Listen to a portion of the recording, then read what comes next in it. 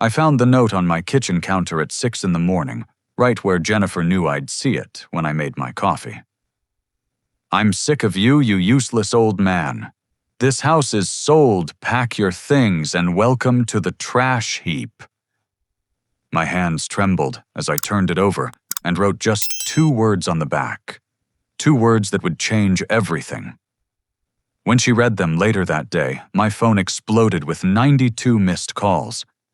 That morning started like every other morning had for the past 40 years. The old floorboards creaked under my feet as I made my way to the kitchen, the sound as familiar as my own heartbeat. Margaret used to say those creaks were the house's way of greeting us each day. Even though she'd been gone for 3 years now, I still made coffee for 2 out of habit, using her favorite blue mug with the tiny chip on the handle. The sunrise painted golden streaks across the kitchen walls, illuminating the photographs we'd hung there over the decades. Our wedding photo from 1982 still held the place of honor above the breakfast table. Margaret's smile in that picture could still make my chest tight with missing her.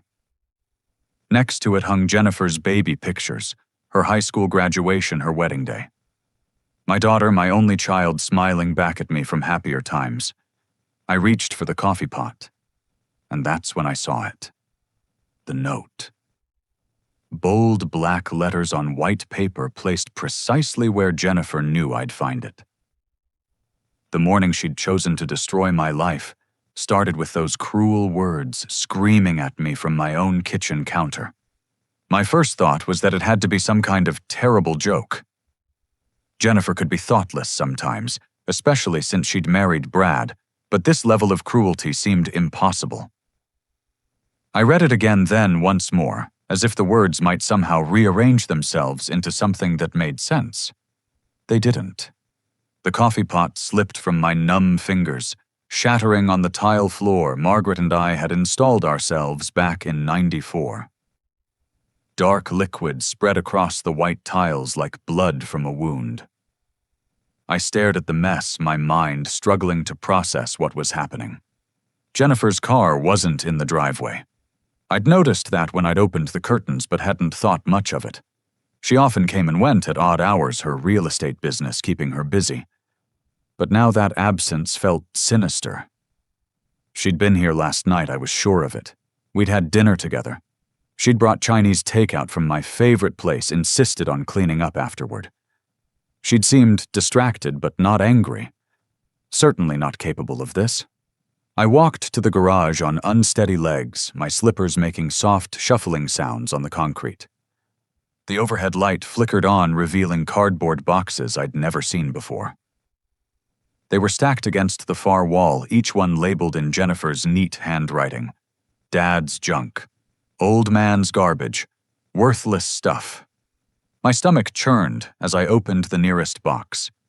Inside were my engineering awards, the patents I'd earned during 35 years at Boeing, photographs of Margaret and me from our travels.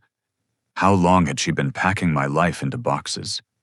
How many times had she smiled at me over dinner while planning this betrayal?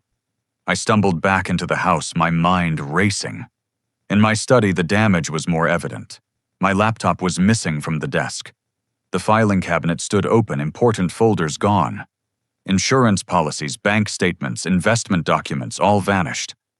But it was what sat on my desk that made my blood run cold, a real estate contract with "sold" stamped across it in red ink. The buyer's name jumped out at me, Stuart Bradley, Brad's younger brother. The selling price was $200,000 below market value, and the closing date was just 30 days away. According to this paper, I'd agreed to sell my home, the house Margaret and I had built our life in, to my son-in-law's brother for a fraction of its worth. My signature was at the bottom of the page. It looked like my handwriting, but I had no memory of signing anything. Jennifer had been bringing papers by recently, talking about insurance updates and Medicare documentation. I'd signed where she pointed, trusting my daughter implicitly. The word trust tasted bitter in my mouth now. I sank into Margaret's reading chair, the one she'd spent her last good months in before the cancer took her. From here, I could see the garden she'd loved, the roses she'd tended with such care. Jennifer used to help her mother with those roses, her small hands gentle with the delicate blooms. When had that sweet child become someone capable of this betrayal? The silence in the house pressed against me like a physical weight. This wasn't just about money or property. This was my daughter telling me I was worthless, that my place was in the trash. After everything I'd done for her, after all the love I'd given freely, she saw me as nothing more than an obstacle to her greed. I noticed my car keys were missing from their usual hook by the door. A glance through the front window confirmed my suspicions. My 2018 Cadillac, the last car Margaret and I had picked out together, was gone from the driveway. They'd taken everything they could in one night like thieves. No worse than thieves. Thieves were strangers. This was my daughter. The morning sun climbed higher, casting harsh light on the wreckage of my life. 40 years in this house. 40 years of memories, laughter, tears, and love. All of it reduced to boxes labeled junk by the child I'd raised in these rooms. The perfect morning I'd expected had shattered like that coffee pot, leaving me standing in the sharp fragments of betrayal. The first thing I did was reach for my phone, my fingers shaking as I dialed Jennifer's number. It rang once before going straight to voicemail. Her message had changed. Gone was the professional greeting I'd heard just last week. Now her voice, cold and efficient, said, "If you're calling about the house, the decision is final. I have power of attorney." Power of attorney. The words hit me like a physical blow. When had I given her power of attorney? I tried to think back through the recent months, but my mind felt foggy with shock. There had been so many papers always presented when I was tired or distracted. Jennifer timing her visits for after my afternoon medication, when I was drowsy, but still coherent enough to hold a pen. A knock at the door interrupted my spiraling thoughts. Dorothy Palmer stood on my porch, her face creased with concern. She'd been our neighbor for 25 years, had brought casseroles when Margaret was sick, had stood with me at her funeral when Jennifer was too busy with a house showing to make it on time. "Phillip, I'm so glad you're all right," Dorothy said, clutching her robe around her thin frame. "I saw what happened last night and I've been worried sick." What happened last night? My voice sounded strange to my own ears, hollow and old. Dorothy's eyes widened. "You don't know, oh dear. Maybe you should sit down." But I remained standing, needing to hear this.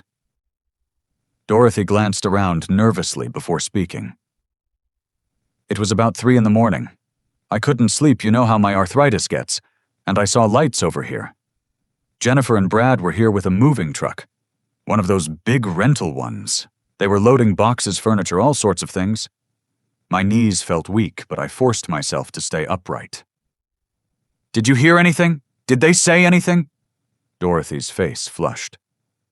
"I'm not one to eavesdrop, you understand, but their voices carried in the night air. Brad was laughing about something, said, 'The old fool signed everything. We'll clear at least $400,000 after paying off my debts.'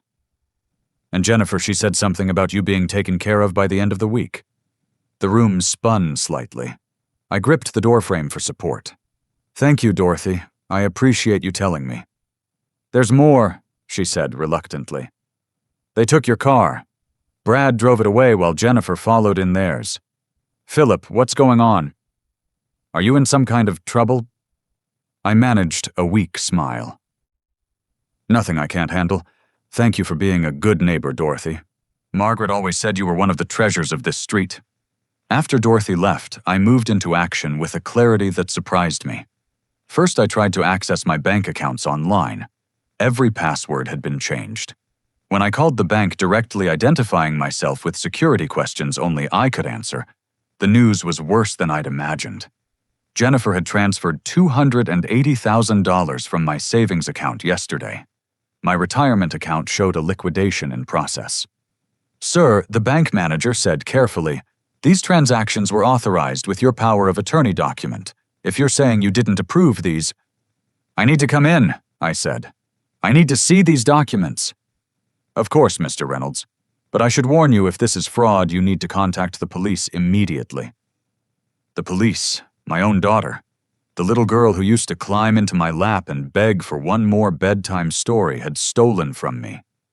But even as rage built in my chest, a cold practicality took over.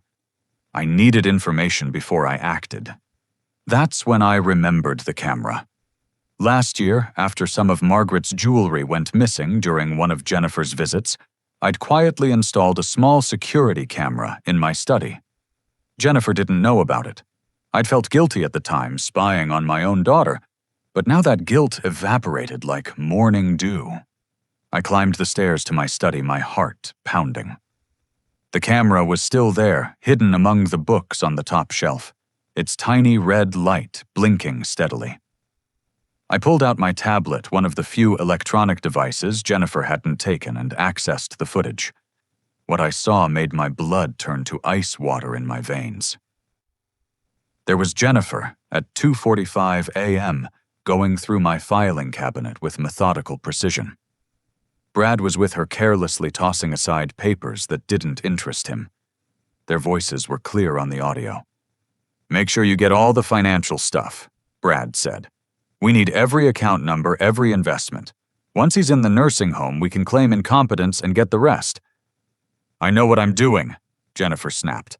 "I've been planning this for months. Dr. Morrison already agreed to sign the competency evaluation. Cost me $5,000, but it'll be worth it." "Hey, your old man's got more money than I thought." Brad continued whistling at some document. "That life insurance payout from your mom, damn! Why didn't you tell me about that?" "Because you would have wanted to spend it all immediately," Jennifer replied coldly. "This way we get everything at once. The house, the accounts, the investments. Dad's been sitting on over $3 million, the selfish old bastard. Could have helped us when your business was failing, but no, he had to lecture us about responsibility." I had to pause the video, my hands shaking with rage. Yes, I'd refused to bail out Brad's business, because I'd seen his books, seen how he'd gambled away investor money at casinos, spent company funds on expensive toys. I'd offered to help them with budgeting to teach Brad proper business practices.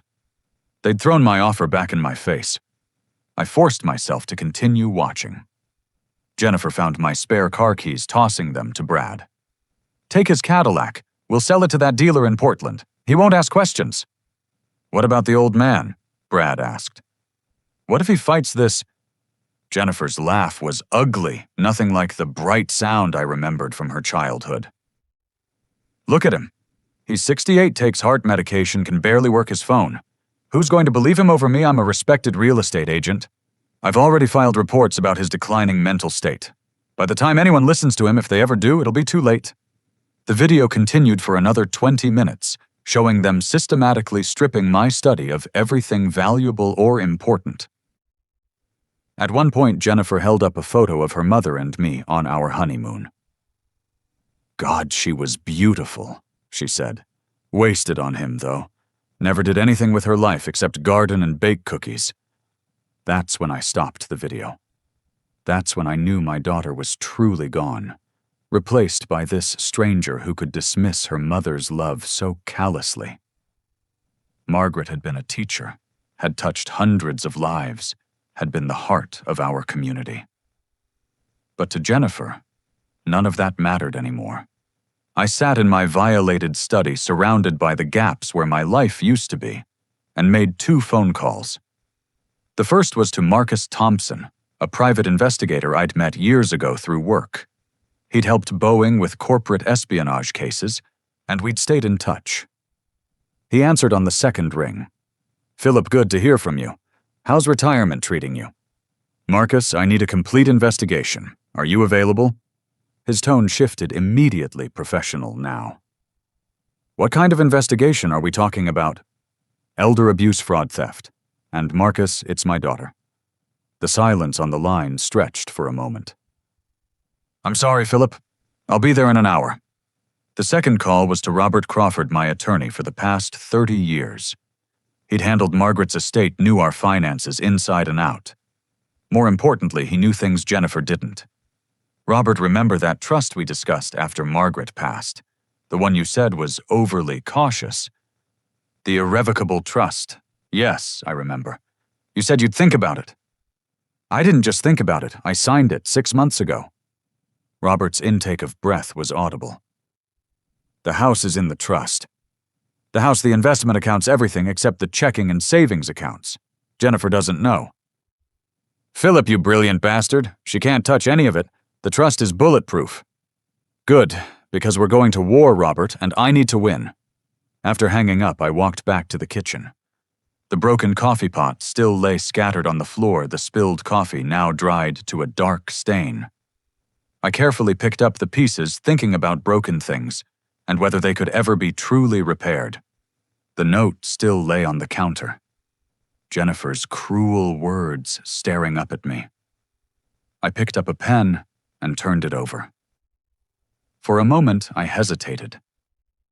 Then, with careful precision, I wrote just 2 words. Thank you, because she had shown me who she really was. She had revealed the stranger who'd been wearing my daughter's face, and that knowledge, painful as it was, would set me free. Marcus Thompson arrived exactly 1 hour after our phone call, punctual as always. He hadn't changed much in the 5 years since I'd last seen him, still carrying himself with the quiet authority of a man who'd spent 20 years with the FBI before going private. His gray suit was impeccable, his handshake firm, but his eyes held the sympathy of someone who'd seen too many families torn apart by greed. "Show me everything," he said, simply settling into my living room with a leather notebook and digital recorder. I started with the video footage. Marcus watched Jennifer and Brad's late-night theft with professional detachment, occasionally pausing to take notes. When it ended, he leaned back and studied me.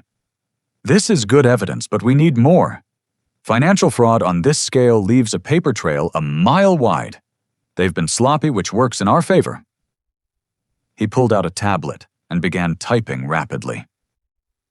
"First things first, we need to document the forgeries. Do you have examples of your real signature?" I brought him years of legitimately signed documents, tax returns, Margaret's Memorial Foundation paperwork, Christmas cards. Marcus photographed each one with specialized equipment he'd brought in a black case. "The power of attorney document, did you ever see it?" he asked. "No, but the bank mentioned it. Jennifer must have filed it recently." "I'll subpoena a copy. If she forged it using her real estate notary connections, that's federal fraud." He made another note. "Now tell me about Brad's debts. In the video, they mentioned paying off his debts with the house money." "His business failed about 2 years ago," I explained. "He was importing electronics from overseas, selling them to retailers. But he was gambling with company money, trying to double his profits at the casinos. Lost everything and then some." Marcus's stylus flew across his tablet screen. "Which casinos?" "The Grand Lodge, mostly. It's about an hour north of here. Jennifer mentioned once that he was banned from 2 others for counting cards, though I doubt he's smart enough for that." "I have contacts at the Grand Lodge. Casino security keeps excellent records, and they don't like people who owe them money." Marcus smiled grimly. "If Brad owes them what I think he does, they'll be very interested in helping us." While Marcus worked on his laptop typing messages to various contacts, I made coffee using Margaret's backup pot, the one we used for company. The familiar routine calmed my nerves slightly. When I returned with 2 steaming mugs, Marcus had spread papers across my coffee table. "Your daughter's been busy?" he said, accepting the coffee gratefully. "I've already found 3 fraudulent filings with the county. She's been slowly changing ownership documents, adding herself to deeds and accounts. But here's the interesting part. She started exactly 6 months after your wife's death." The timing stung. While I'd been grieving, Margaret planning her memorial, establishing her scholarship fund, Jennifer had been planning to rob me. "What else?" "Brad's in deeper than just casino debt. He owes money to some very unpleasant people, the kind who break things when payments are late. My contact says he's been promising a big payment by the end of this month. That explains the rushed timeline on the house sale." My phone rang, interrupting our planning. The caller ID showed Sarah, my granddaughter. I hesitated before answering. Sarah was 19, a sophomore at the University of Washington. She'd been distant lately, always too busy with studies to visit. Now I wondered if Jennifer had been poisoning her against me. "Grandpa." Her voice was thick with tears. "Grandpa, are you okay? Mom said she said terrible things." "I'm fine, sweetheart. What did your mother tell you?" "She said you have dementia, that you're being moved to a nursing home for your own safety. She said you attacked Dad last night, and they had to sell the house to pay for your care." "But that's not true, is it? You sound normal." My hand tightened on the phone. Using my granddaughter in her scheme was a new low, even for what Jennifer had become. "No, Sarah, none of that is true. Your mother she's made some choices I don't understand. Grandpa, I'm scared." Sarah's voice dropped to a whisper. "I heard them talking last night. They were celebrating drinking champagne. Mom was showing Dad cruise brochures talking about spending a month in Europe with Dad's money. They were laughing about it." "Where are you now, sweetheart?" "In my dorm. I'm supposed to go home this weekend, but I don't want to. Grandpa, I know they're lying about you. You're the sharpest person I know. You helped me with my calculus homework just last month." Marcus looked up from his work, clearly following the conversation. He mouthed, "Record this," and pointed to his equipment. I nodded and put the phone on speaker. "Sarah, I need you to listen carefully. Your parents have done some things, legal things, that are very serious. I don't want you caught up in this." "I want to help," she said firmly. "They're wrong what they're doing. Grandma would be so disappointed in Mom. She taught us about integrity. Remember about doing the right thing even when it's hard." My throat tightened at the mention of Margaret. She'd spent hours with Sarah teaching her to bake, to garden, to be a good person. Apparently, some of those lessons had stuck, even if they'd failed with Jennifer. "If you really want to help," I said carefully, "you need to be very careful and very smart. Can you do that?"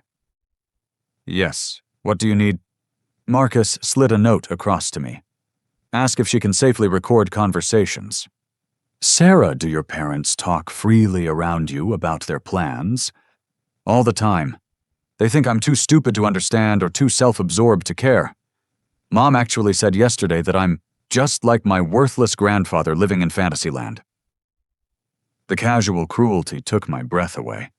But Sarah continued, her voice stronger now. "I can record them. My phone has an app for my journalism class. They'll never know. Only if it's safe," I emphasized. "Your safety comes first, always." "I understand. Grandpa, I love you. I'm sorry I haven't visited more. Mom always had excuses why I couldn't come by, but I should have pushed harder." After Sarah hung up, Marcus and I sat in silence for a moment. Finally, he spoke. "She's brave. Stupid move by Jennifer, underestimating her own daughter. Like mother, like daughter," I said bitterly, then caught myself. "No, that's not fair. Sarah's nothing like Jennifer. She's like—" I trailed off, unable to finish.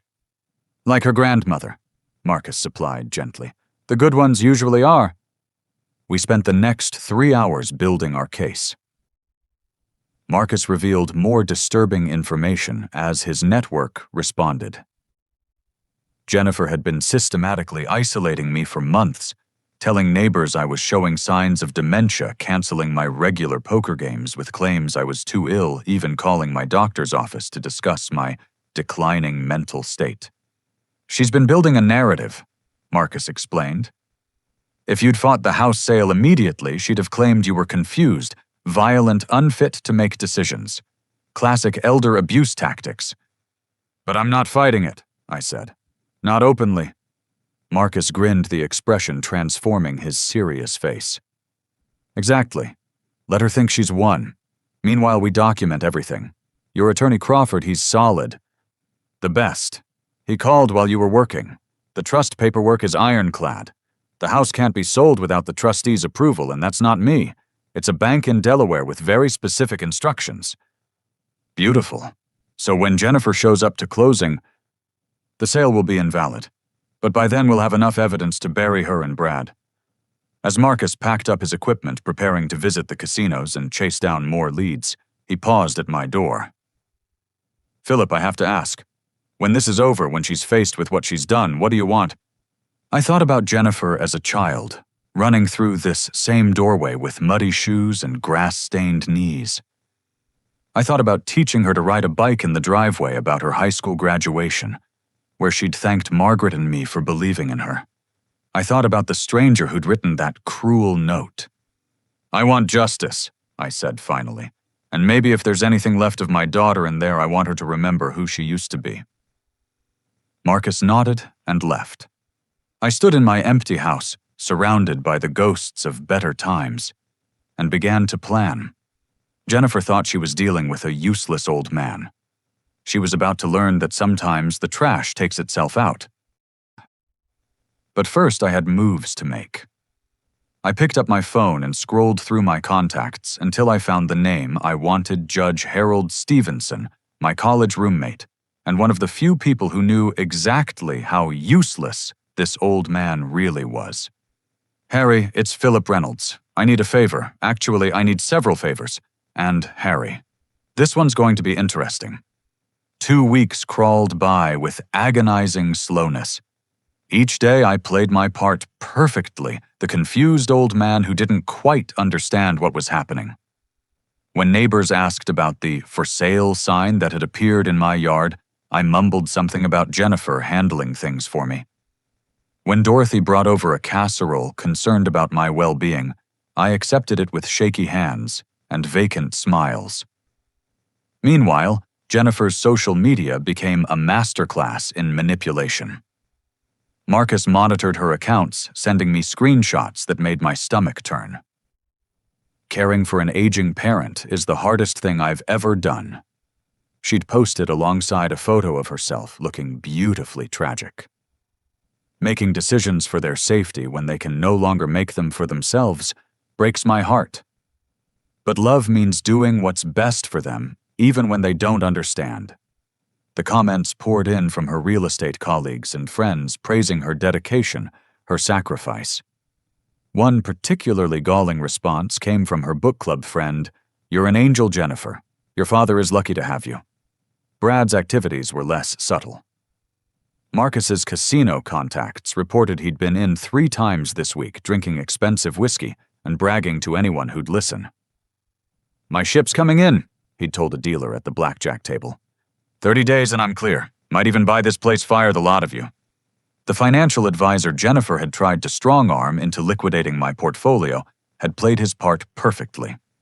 Following my earlier instructions, he'd appeared to cave to her pressure while secretly documenting everything. His recorded conversation with Jennifer was a gift to our case. "I need that money now!" Jennifer's voice hissed on the recording. "Not in a week, not when the markets close. Now!" "Mrs. Bradley, these are significant holdings. Your father has been very specific about his investment strategy over the years.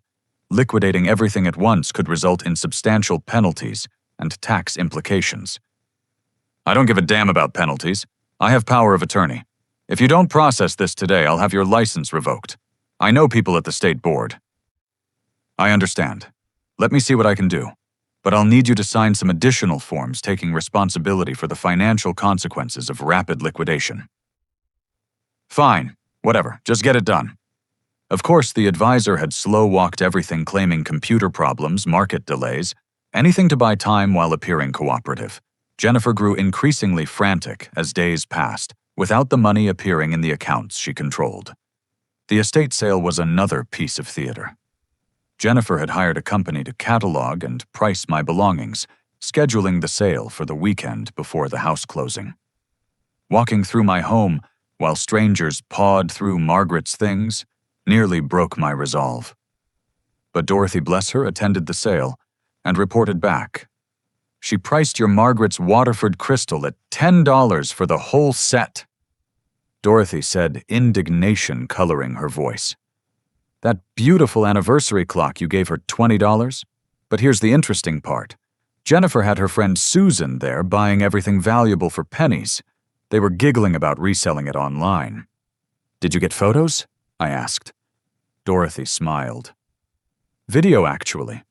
That nice Marcus fellow showed me how to use my phone properly." I got Jennifer telling Susan to grab the silver before anyone realized its actual worth. Sarah had been invaluable over these 2 weeks. True to her word, she'd recorded multiple conversations between her parents. The most damning came from a Sunday dinner she'd attended. "I still can't believe he just signed everything." Brad's voice slurred on the recording, clearly several drinks in. "Didn't even read it. Just scribbled his name wherever you pointed." "I told you," Jennifer replied. "He trusts me." Trusted me. Whatever. The dementia story is working perfectly. Dr. Morrison already filed the evaluation. According to his report, Dad's been showing signs of decline for months. "How much did that cost again?" $5,000. "But it's an investment. Once we have him declared incompetent, we can access the rest. The stuff he's hidden away." "You sure there's more?" "Has to be. The house alone is worth $800,000, but Mom's life insurance was $1 million. The bank accounts don't add up. He's got money somewhere, probably offshore. Once he's in Pine Valley Nursing Home, we'll have time to find it." "Pine Valley isn't that the place that got sued for neglect? It's cheap. Medicare covers most of it. He'll be fine." Sarah's voice came through, then carefully neutral. "What about Grandpa's friends? Won't they visit him?" Jennifer laughed. "What friends? I've been telling everyone he's getting violent paranoid. No one wants to deal with that. By the time we're done, he'll be forgotten. Just another old man nobody wants to think about." The recording cut off there. Sarah later told me she'd had to leave the table to throw up, sickened by her parents' callousness. The house closing was set for Friday afternoon. By Thursday, Jennifer's confidence had reached new heights. She'd bought a new Mercedes White with tan leather interior, parking it prominently in her driveway. Brad had booked their European cruise first-class accommodations for 35 days. They'd even put a deposit on a vacation home in Scottsdale, planning to winter there when the estate was settled. Harry Stevenson had been busy too. As a federal judge, he couldn't directly intervene, but he could ensure the right people were paying attention. The FBI had opened an investigation into the interstate fraud aspects. The state's Elder Abuse Unit was building a case. The Real Estate Commission had quietly begun reviewing Jennifer's license. Thursday evening, I sat in my hotel room with Marcus and Robert Crawford reviewing our battle plan one final time. The evidence was overwhelming: forged documents, recorded confessions, financial fraud spanning months. We had Jennifer's fake medical reports, Brad's casino debts, proof of the systematic theft of my assets. "They'll be at the title company at 2 p.m. tomorrow," Robert said, checking his notes. "Jennifer, Brad Stewart, and Stewart's buyer. They're expecting a simple transaction. Sign papers, collect a check, celebrate their victory." And instead, I asked, though I knew the answer. "Instead, they'll find out what happens when you underestimate Phillip Reynolds." Marcus grinned. "The federal marshals will be there. State police, too. The title company's been briefed. The moment Jennifer tries to complete the sale, she'll discover the house isn't hers to sell." "What about Sarah? I worried about my granddaughter caught in the middle of this." "She'll be in class safely away from the explosion. I've arranged for her to stay with a friend for a few days after. She doesn't need to see her parents arrested." We went over the plan twice more before calling it a night. As Marcus and Robert left, I stood at the hotel window looking out at the city lights. Tomorrow, everything would change. Tomorrow, Jennifer would learn that the useless old man she'd thrown away like trash had been 3 steps ahead all along. I thought about the note still in my pocket, the one I'd carried for 2 weeks. Her cruel words on one side, my response on the other. "Thank you." Because sometimes people show you exactly who they are.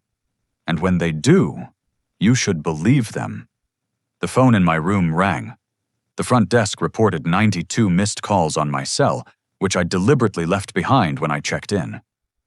All from Jennifer's number. She must have found the note I'd left for her, my 2-word response to her declaration that I belonged in the trash. Tomorrow she'd understand what those words really meant. Tonight, I slept better than I had in months, knowing that justice was finally coming home. The week before the closing was when Jennifer's carefully constructed plan began to crack at the edges. Robert Crawford had filed emergency injunctions with surgical precision, freezing every transaction Jennifer had initiated. The banks, suddenly aware they might be complicit in elder fraud, locked down all the accounts she'd accessed with her forged power of attorney. Tuesday morning, she discovered she couldn't withdraw a single dollar. I heard about her meltdown secondhand from the bank manager who called me personally to apologize. "Mr. Reynolds, I want you to know we take these matters very seriously. When Mrs. Bradley came in this morning demanding access to the frozen funds, she became agitated. We had to call security." "Was anyone hurt?" I asked, genuinely concerned. Even now, even after everything, some part of me worried about her. "No, sir, but she made some threats. Said she'd sue the bank, sue me personally. Then she said something odd. That you'd regret this, that she knew where to find you. I thought you should know."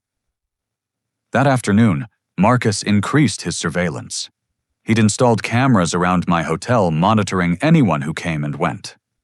Jennifer didn't know where I was staying, but we couldn't be too careful. Her desperation was escalating, and desperate people do dangerous things. The forensic document examiner Robert hired delivered his report Wednesday morning. Every signature Jennifer had presented as mine was confirmed as forgery. More damning, the examiner found evidence she'd practiced my signature hundreds of times. Marcus discovered she'd bought books on forgery techniques online, charged to a credit card she'd opened in my name. She's been planning this for at least 2 years. The examiner explained, showing us practice sheets Jennifer had thrown away, but Marcus had recovered from her garbage. See how the signature evolves. She started rough, but got quite good. If we didn't have authentic samples to compare, these might have passed casual inspection. Wednesday evening brought a call from Brad's employer. He'd been terminated for abandoning his job, not showing up for 2 weeks, while he celebrated his coming windfall. The casino sharks were less forgiving. Marcus's contacts reported that Brad owed almost $200,000 to various establishments, with another $50,000 to private lenders who charged interest in blood when payments were late. "He's been promising everyone they'll be paid after Friday," Marcus told me. "Even showed some of them the house sale documents. When this falls apart, he's going to have bigger problems than federal prison." Thursday morning, desperation drove Jennifer to her cruelest move yet. She called Adult Protective Services, claiming I'd threatened to kill myself rather than leave my home. Within hours, a social worker appeared at the house with police backup, ready to perform a wellness check on a suicidal elderly man. They found Dorothy instead watering my plants as I'd asked her to do. "Phillip staying with friends?" Dorothy told them calmly. "Has been for 2 weeks. His daughter's been telling everyone he's senile, but I just had coffee with him yesterday. Sharp as ever." The social worker, a competent woman named Mrs. Chen, was not pleased to have her time wasted. When Dorothy showed her the security footage of Jennifer and Brad robbing the house at 3 a.m., her displeasure turned to professional anger. "We take false reports very seriously," Mrs. Chen told Dorothy, "especially when they're used to facilitate elder abuse. I'll be filing my own report with the authorities." Jennifer's final desperate gambit came Thursday evening. She appeared at the house with Brad and a man I didn't recognize, a thick-set individual with the kind of face that suggested violence was his primary profession. Dorothy, watching from her window, called me immediately. "They're trying to break in," she whispered. "The big man is working on the back door while Jennifer keeps watch." "Call 911, I told her. "Now." The police arrived within minutes, catching all 3 in the act.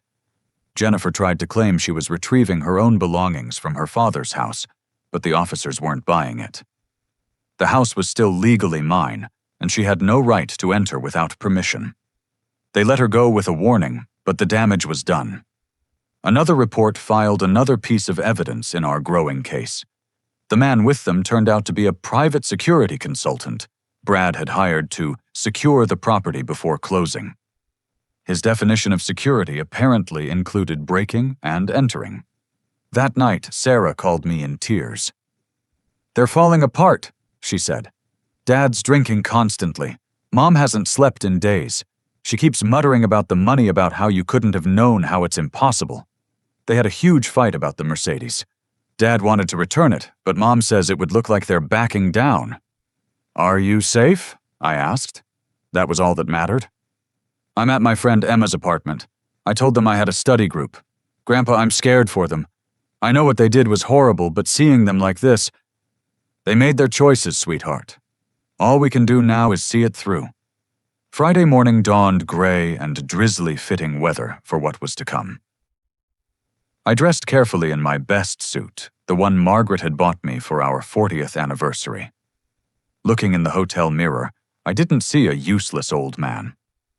I saw Phillip Reynolds, aerospace engineer, patent holder, husband of Margaret, father of Jennifer, grandfather of Sarah. Today, I would reclaim all of those titles except one. After today, Jennifer would no longer be my daughter in any way that mattered. Robert picked me up at noon. "Ready for this?" he asked. "I've been ready for 2 weeks," I replied. As we drove toward the title company, I thought about the note in my pocket. 2 words that had started Jennifer's panic. 2 words that would end it. "Thank you." Because she'd shown me the truth, and the truth, painful as it was, had set me free. The title company's parking lot was already filling when we arrived. I saw Jennifer's Mercedes, Brad's borrowed truck, Stuart's Lexus. Other cars, too. Unmarked sedans that screamed federal authority. The storm that had been gathering for weeks was about to break. I stepped out of Robert's car and straightened my tie. Time to show everyone what this useless old man was really made of. Time for justice to come home. The Pacific Northwest Title Company occupied a modern building with floor-to-ceiling windows that offered views of the Cascade Mountains. On clear days, those views were spectacular. Today, with rain streaming down the glass, they looked like the whole world was crying. I entered through the main doors at precisely 2 p.m., Robert Crawford at my side. The receptionist, a young woman with kind eyes, recognized Robert and directed us to Conference Room 3. "The other parties are already here," she said, then lowered her voice. "So are the investigators. They're in room 4, waiting for your signal." We paused outside the conference room. Through the glass panel, I could see Jennifer sitting at the polished table wearing a designer suit I'd never seen before. Her face was perfectly made up, but I knew her well enough to spot the tension in her shoulders the way she kept checking her phone. Brad sat beside her, fidgeting with a pen sweat visible on his forehead, despite the air conditioning. Stuart was there too, looking uncomfortable along with a younger couple I assumed were his buyers. "Last chance to back out," Robert said quietly. "No," I replied. "She needs to face this. They all do." I opened the door and stepped inside. The reaction was immediate. Jennifer's face went white beneath her makeup. Brad half stood, then sank back into his chair. Stuart muttered something that might have been a curse. Only the young couple looked confused, glancing between us all. "Hello, Jennifer," I said, taking a seat across from her. "I believe you wanted me to sign something." "Dad!" Her voice cracked. "What are you doing here? You're supposed to be..." She caught herself, but we all knew how that sentence ended. I was supposed to be locked away in Pine Valley nursing home, drooling and forgotten. Supposed to be in the trash. I pulled out her note, unfolding it carefully. "That's what you said, isn't it? You useless old man. Pack your things and welcome to the trash heap. Your exact words." Brad found his voice. "Now look here, Phillip. Jennifer's been trying to help you. You're confused. You should go back to the home and let us handle this." "What home would that be, Brad? The one you never actually arranged? Or the one you told your casino friends about where you planned to dump me while you spent my money?" The title officer. A professional woman named Ms. Martinez cleared her throat. "Perhaps we should begin. I have all the documents ready for review." "Yes," Jennifer said quickly, grabbing at the lifeline. "Let's just get this done. Dad, you don't need to be here. Stuart's buyers are good people. They'll take care of your house." My house, I repeated. The house Margaret and I built. The house where you grew up. The house you tried to steal from me. I have power of attorney. Jennifer snapped her mask, finally slipping. You signed it. You're not competent to make these decisions anymore. Robert smiled, the expression sharp as a blade. About that power of attorney. Ms. Martinez, I believe you'll find some interesting documents in your system filed this morning. Ms. Martinez typed on her computer, then frowned. Yes, I see them.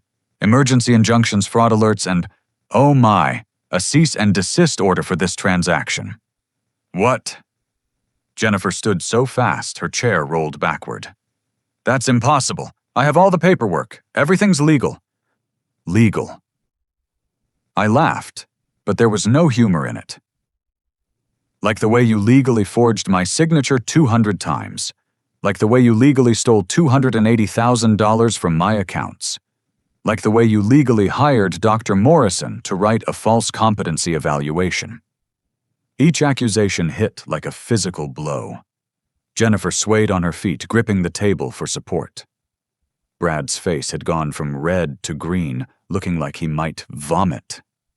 Stewart was edging toward the door. I don't know what you're talking about, Jennifer said, but her voice was weak now. You're confused, Dad. You've been showing signs of dementia for months. Everyone knows it.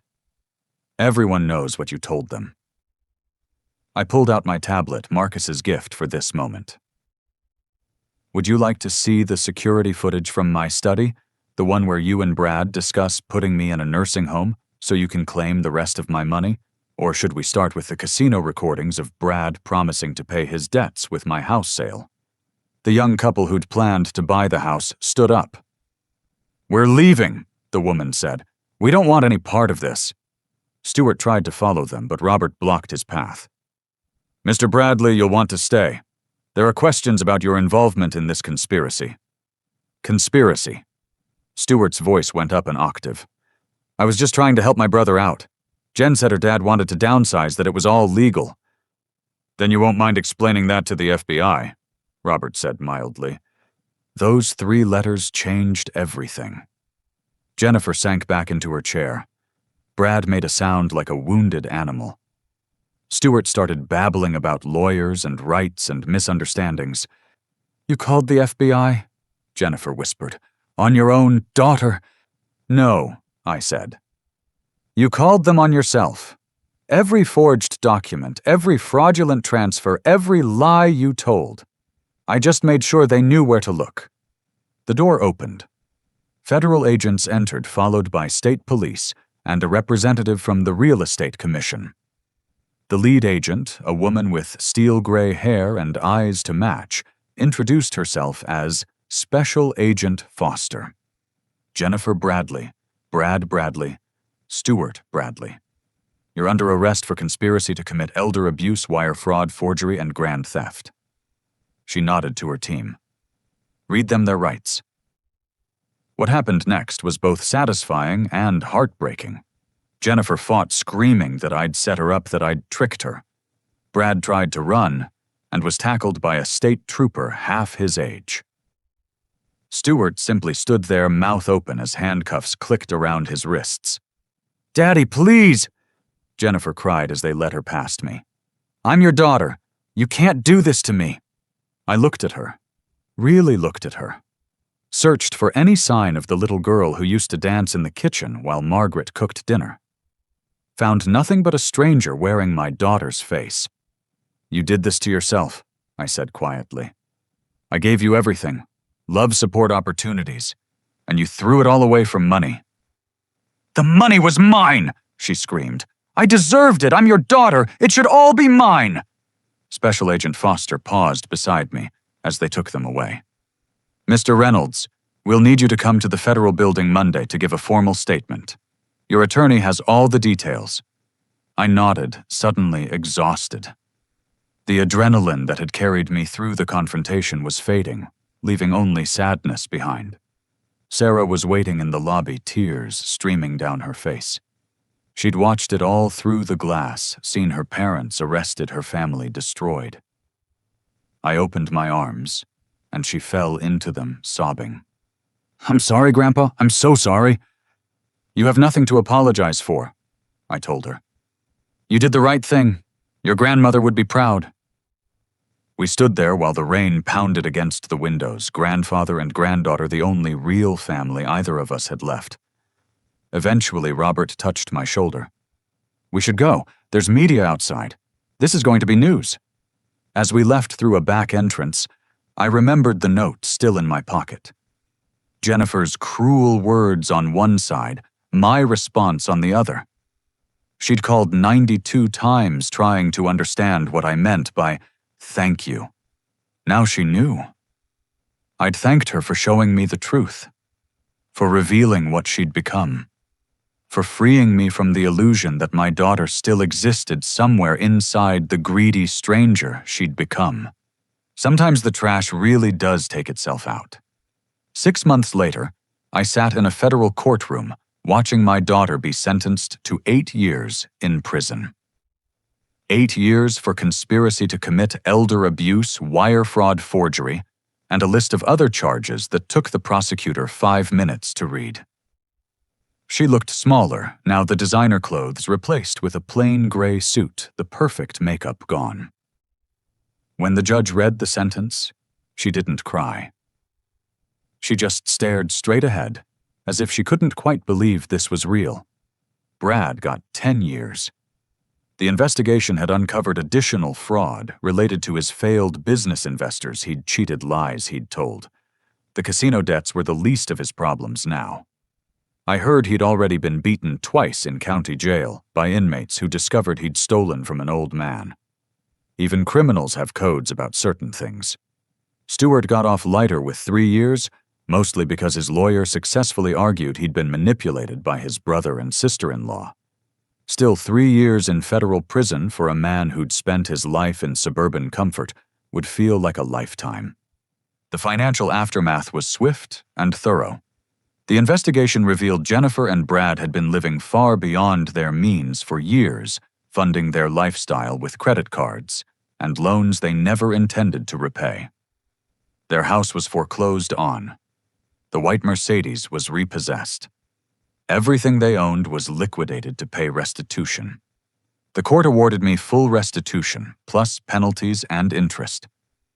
Not that Jennifer and Brad had anything left to give. The money they'd stolen had already been spent on luxury goods, gambling debts, and the deposits they'd placed on things they'd never receive. But the government seized their future earnings, ensuring that every penny they made for the next 20 years would go toward paying back what they'd stolen. My house was safe, of course. The trust had protected it just as Robert Crawford had promised. The first thing I did was change all the locks and install a proper security system. Dorothy helped me unpack the boxes Jennifer had so carefully labeled as trash. Each item returned to its place felt like a small victory, a piece of my life reclaimed.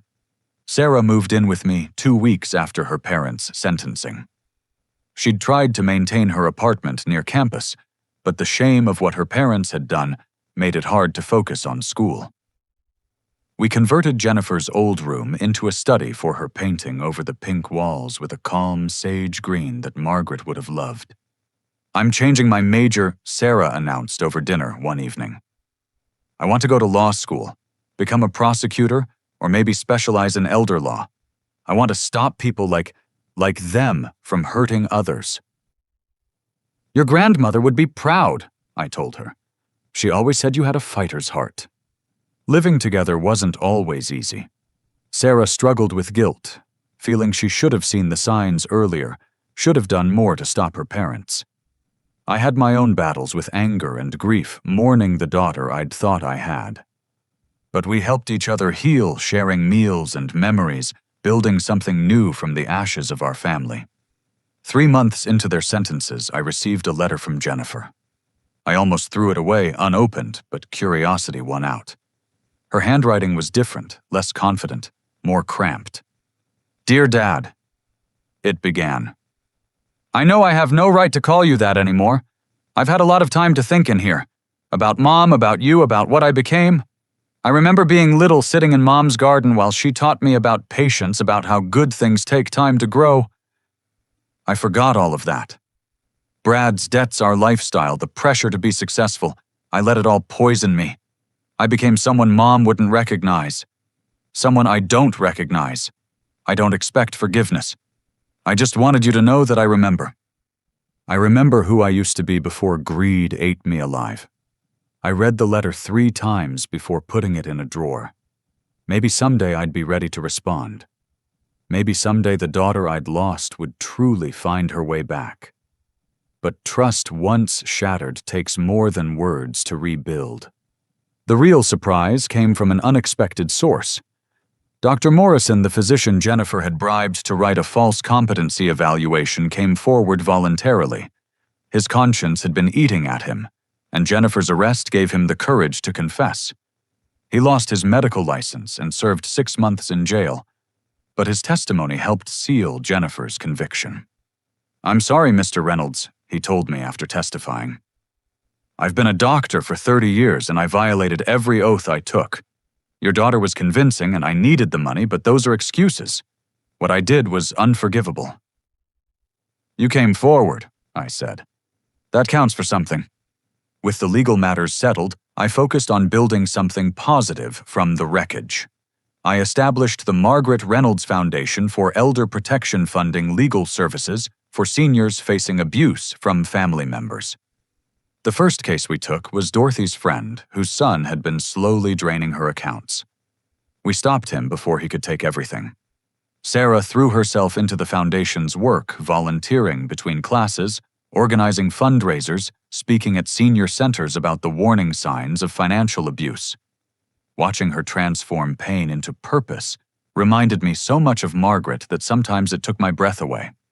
A year after Jennifer's arrest, I stood in Margaret's garden with Sarah, teaching her how to prune the roses the way her grandmother had liked.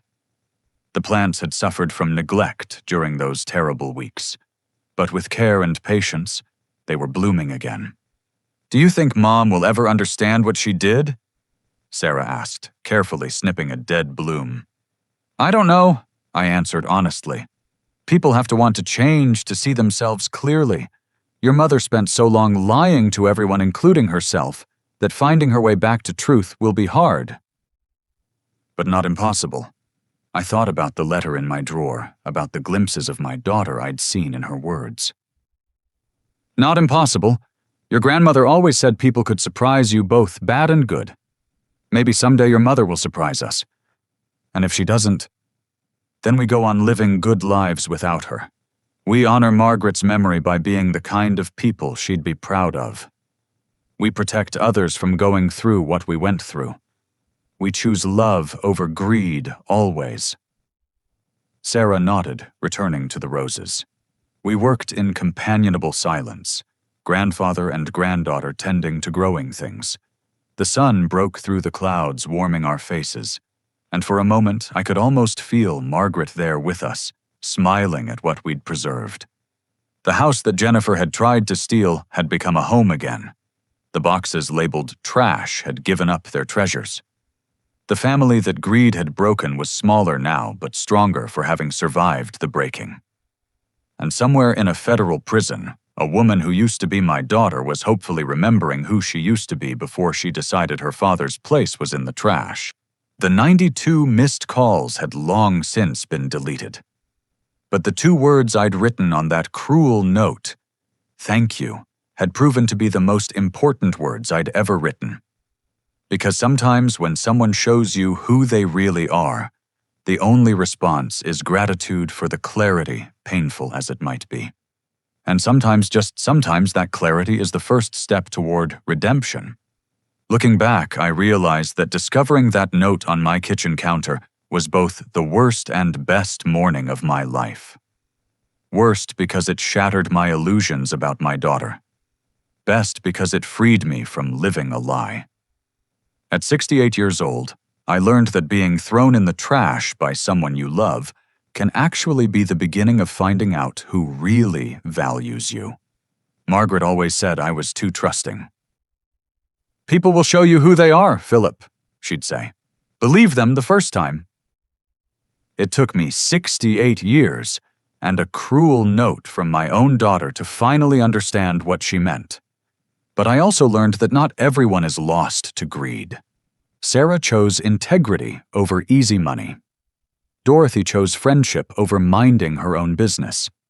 Even Dr. Morrison eventually chose truth over continued deception.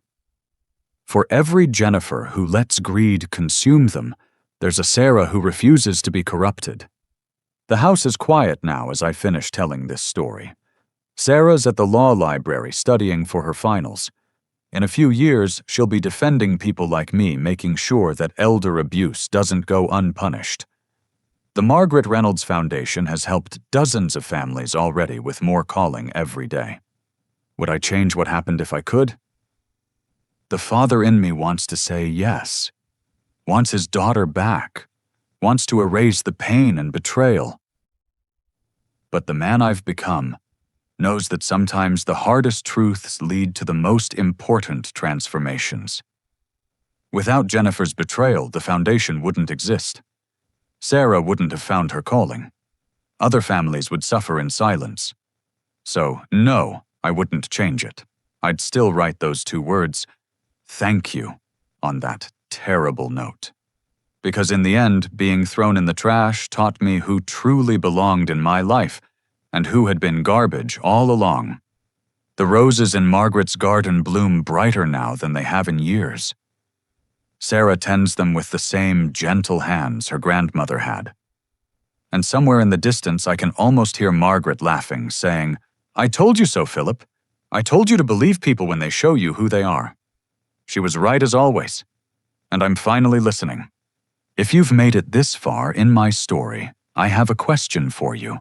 Have you ever had someone you trusted completely betray that trust? How did you find the strength to move forward? Please share your thoughts in the comments below. And if this story resonated with you, please like and subscribe to hear more stories of justice and redemption. Share this with someone who might need to hear that they're not alone in facing family betrayal. Thank you for listening to an old man's tale of loss and redemption. May you always have the wisdom to recognize who truly values you, and may those who would throw you away like trash reveal themselves before they can do real damage. Remember, sometimes the trash takes itself out. You just have to be strong enough to let it go. Until next time, be kind to each other, cherish those who cherish you, and never forget that your worth isn't determined by anyone else's inability to see your value. God bless.